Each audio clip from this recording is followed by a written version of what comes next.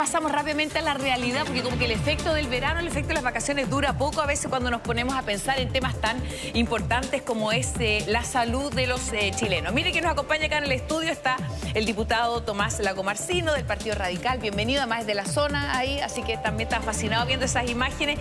Y el doctor Jaime Mañalich, ex ministro de Salud, bienvenido también. Buen día, buen día. Buen día y bienvenido. Claudio Casanova tiene una nota para hablar también de esto que podría pasar eventualmente con las ISAPRE y la posibilidad también, a propósito de este proyecto de ley, de crear un nuevo fondo, el fondo E. Vamos a ver si... Fondo, le decimos nosotros, pero es un tramo en realidad, este tramo E, a propósito de lo que puede pasar con muchas personas que podrían quedar también sin la posibilidad de recibir salud. ¿Se fortalecerá la salud pública en nuestro país? Es lo que vamos a ver también en la siguiente nota. Atención. Frente a frente, después de semanas de tensión, así fue el reencuentro entre el superintendente de salud y el presidente de la Asociación de ISAPRES en una actividad de la Universidad Autónoma. Todo bajo el contexto de la crisis económica que agudiza la situación de las aseguradoras. Ante la pregunta si se les dejará caer, la autoridad fue clara. Yo dije que sería una locura y no estoy loco. Hemos querido transmitir tranquilidad. Nos parece importante el comentario respecto de que es una locura dejar caer a las ISAPRES. Tranquilidad que está lejos de llegar para los más de 3,4 millones de afiliados a las ISAPRES. Y es que ya se cumplió un mes y medio desde que la Corte Suprema emitió el fallo que obliga a las aseguradoras en un plazo de 6 meses a regirse a una tabla única de factores, la que deberá ser determinada por la Superintendencia de Salud. Es obvio que las ISAPRES quieran que sea lo antes posible, ¿no? Es una aspiración legítima de ellos, pero nosotros somos los reguladores, ¿ya? Y siendo reguladores tenemos que dar, obviamente, certeza respecto de una salida responsable para que los regulados posteriormente la ejecuten.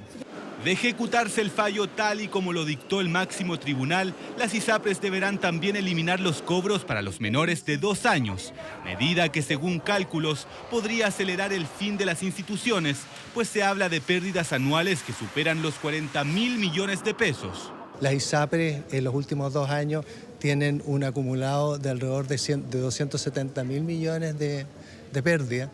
Por lo tanto, no es una situación puntual respecto de una institución, es el sistema completo. Crisis que desde el gobierno siguen de cerca. Por eso el Ejecutivo busca reforzar el Fondo Nacional de Salud, analizando medidas paliativas para dar tranquilidad a los afiliados. No tenemos antecedentes de ISAPRES que vayan a ir a la quiebra. Estamos a la espera de que la Superintendencia de Salud termine sus análisis respecto a las consecuencias del fallo y a los mecanismos en los cuales se va a dar cumplimiento al fallo de la Corte Suprema.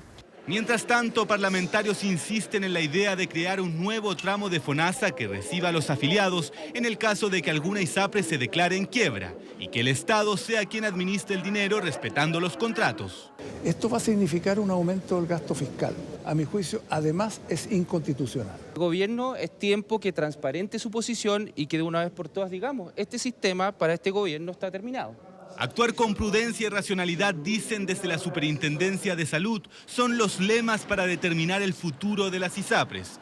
Un panorama que con el paso de los días solo se vuelve más tenso ante un universo de más de 3 millones de personas que esperan con ansias respuestas. Bien, la nota de Claudio Casanova haciendo una introducción, haciéndoles un barniz y un resumen respecto a lo que es este nuevo proyecto. Autor del proyecto lo tenemos acá en la mesa, el diputado Lagomarsino.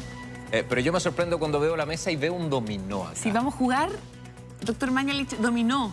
Chancho 6. ¿Por qué trae un dominó? ¿Es suyo? No, pero lo trajo. Déjame preguntarle por el dominó. ¿Lo trajo usted? Con fines didácticos. La idea es hacer algo educativo con el dominó, ejemplo. Bueno, partamos con el diputado para entender un poquito el proyecto, diputado.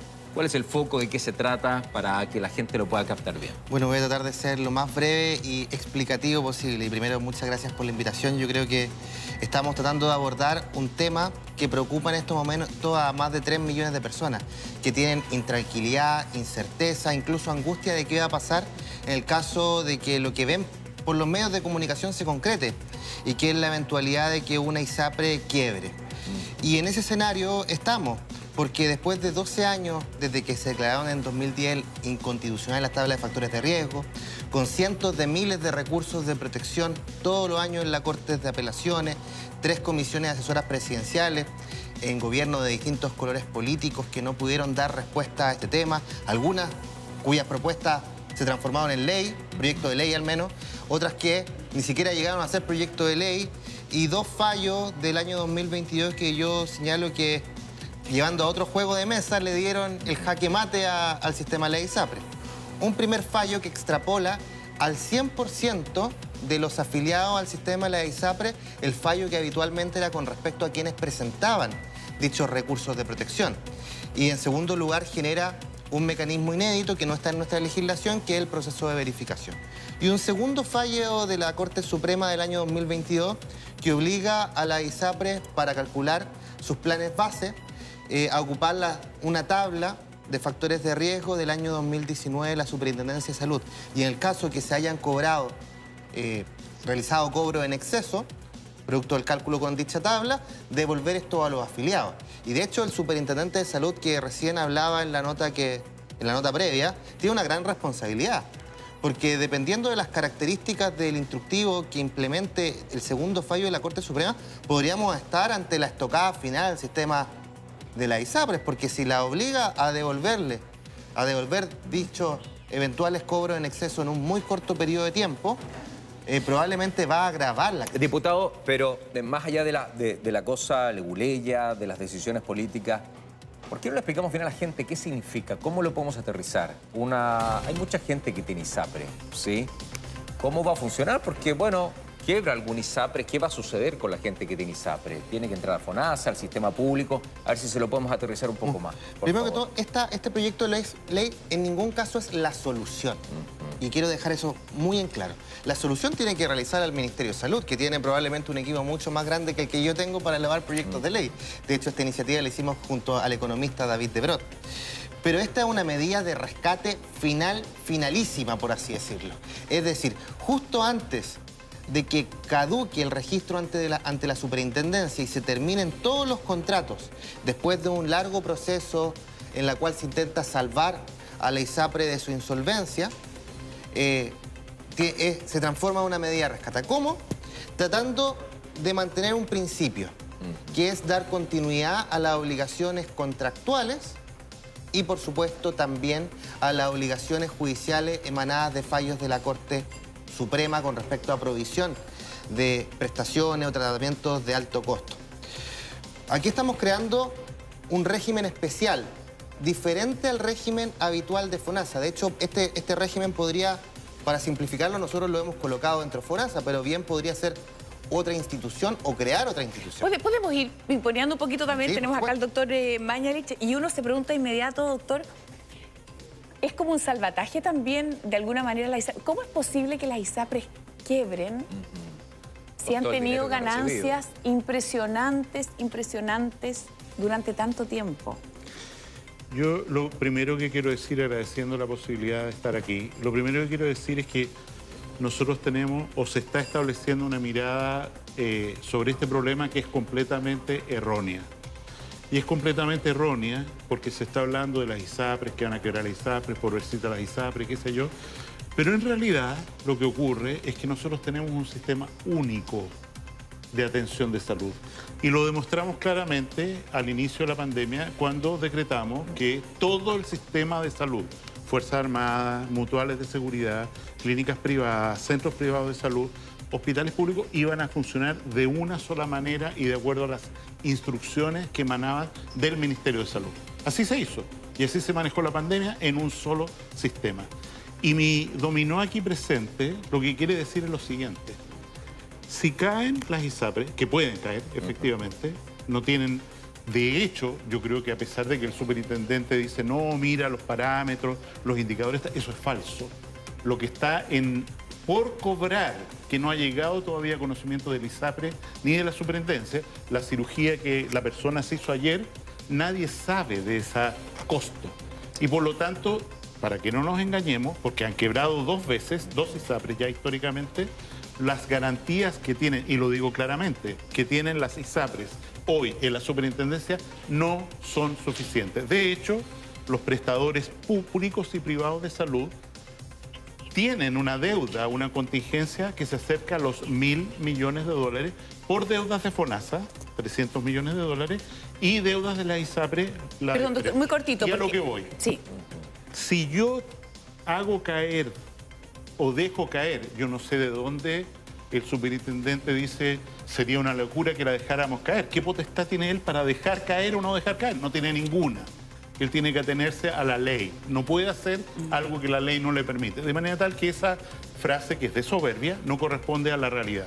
Y lo que ocurre es que se cae el sistema ISAPRE, se caen los prestadores privados de salud, se caen las remuneraciones médicas, se caen los seguros complementarios de salud, 7 millones de personas que tienen seguros de segundo piso, ¿no es cierto? Entonces, el efecto de esto es sistémico y es muy grave. O sea, yo le digo, el Colegio Médico es cómplice de la actual situación. Han guardado un silencio realmente grave. El sistema de salud chileno, bueno, malo, catalogado como muy bueno en el extranjero, malo en Chile, está en grave riesgo. Y en ese sentido, este tema no es del superintendente de salud, es del presidente de la República, que es el mandamás del superintendente. Porque uno lo que piensa, doctor, es que, claro, uno habla de muchas personas que quedarían sin ISAPRE, pero también un sistema público que hoy tiene listas de espera, que hoy tiene la imposibilidad a veces de operar, tiene los pabellones, que no hay anestesistas, que lo vemos a diario. ¿Cómo absorbe además a una cantidad de gente si ya tiene una dificultad para trabajar? Absolutamente. Las clínicas privadas están cerrando camas y no están invirtiendo, están preparándose para un colapso. ¿Quién va a sufrir de eso? La persona de FONASA que hoy día va a una clínica privada, se atiende con su FONASA libre elección, que el señor de Brot también quiere terminar con el sistema de libre elección, o sea, comprar un bono, etcétera, y va a la clínica X, que se mantiene en realidad por el financiamiento que le dan las ISAPRE. Ya, pero en palabras simples, vuelvo a lo mismo, porque hay mucha gente que está en ISAPRE. ¿Qué va a pasar? Si quiero las ISAPRES, ¿qué pasa con esa gente? ¿Quién va a tener la cobertura de esas personas que están en ISAPRE? O sea, lo que dice la ley hoy día es estas personas que quiebran la ISAPRE se tienen que ir a FONASA. Es posible que alguien que tiene muy buen estado de salud, que no tiene enfermedades crónicas, pueda migrar a otra ISAPRE, cambiar su contrato. Que se pueda cambiar a otra ISAPRE. Pero tenemos que hablar, grosso modo, de que hay 2 millones de beneficiarios de ISAPRE que no van a ser recibidos. Entonces se propone crear un fondo E. ¿Cómo se financia el fondo E? Primero, usted cotiza obligatoriamente su 7% de salud en la ISAPRE A. Cotiza voluntariamente otro poco para tener un mejor plan de salud.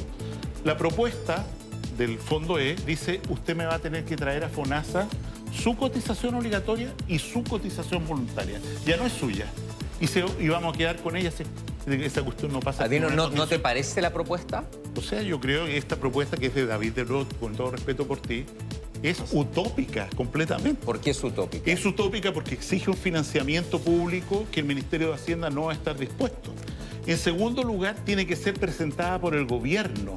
O sea, el diputado presidente de la Comisión de Salud ha presentado al Ministerio de Salud un proyecto, pero tiene que tomarlo el Ejecutivo. De hecho, el otro proyecto que presentaron la senadora Rincón y otros, lo presentaron como un proyecto de reforma constitucional para sostener las ISAPRE. ¿Por qué? Para librarse de que la inconstitucionalidad de presentar un proyecto que implica gasto público o cambios a servicios públicos de... O sea, perdona, Karen, es que para seguir la línea, cuando el exministro dice que es utópico y que necesita sacar respaldo del Ministerio de Salud, la respuesta inmediata tiene que ser tuya. ¿Es utópico o no es utópico? ¿Es una realidad? ¿Puede llevarse a cabo? ¿Hay el respaldo o no del Ministerio de Salud? A mí me gustaría señalar dos cosas. La primera de ellas es que estamos ante un fracaso del sistema político en su conjunto. Porque después de 12 años que ha existido este problema estalla aquí y ahora. Es decir, en estos 12 años nadie ha sido capaz de liderar... El Parlamento no ha sido capaz. No es nadie, el Parlamento. Y el Parlamento es un reflejo del sistema político chileno. Así es. Y en segundo lugar, todavía estamos en el mundo de la respuesta, perdón, el mundo de las preguntas y no hemos pasado al mundo de la respuesta. Entonces, independiente que el exministro Mañalich, a quien respeto mucho, y que es difícil discutir y llevarle la contraria a una persona con tal tonelaje... Pero entonces tiene razón cuando dice que es utópico. Pero déjeme terminar la idea. En este momento, el Ejecutivo y el sistema político todavía sigue en el mundo de las preguntas. Y este proyecto de ley, independiente que pueda tener distintas visiones, yo no veo que sea utópico, pero sí que tiene sus dificultades, eso sin lugar a dudas. Pero es la primera iniciativa que en este momento pasa al mundo de la respuesta. Es tratar de darle tranquilidad a las personas. Si cuando uno sale a conversar con las personas que es un ISAPRE y que no es esa persona multimillonaria que quizá está en la cabeza de muchas personas, son personas que se han esforzado muchas veces toda su vida, que son de clase media, para mantener un plan de la ISAPRE, y que esas personas están con angustia, están con intranquilidad. Entonces, esta propuesta, por muchas bemoles que puede tener, busca justamente empezar a pasar del mundo de las preguntas al mundo de las respuestas y buscar darle tranquilidad de que como sistema político no los vamos a dejar. Tengo que interrumpirle un segundito para ir...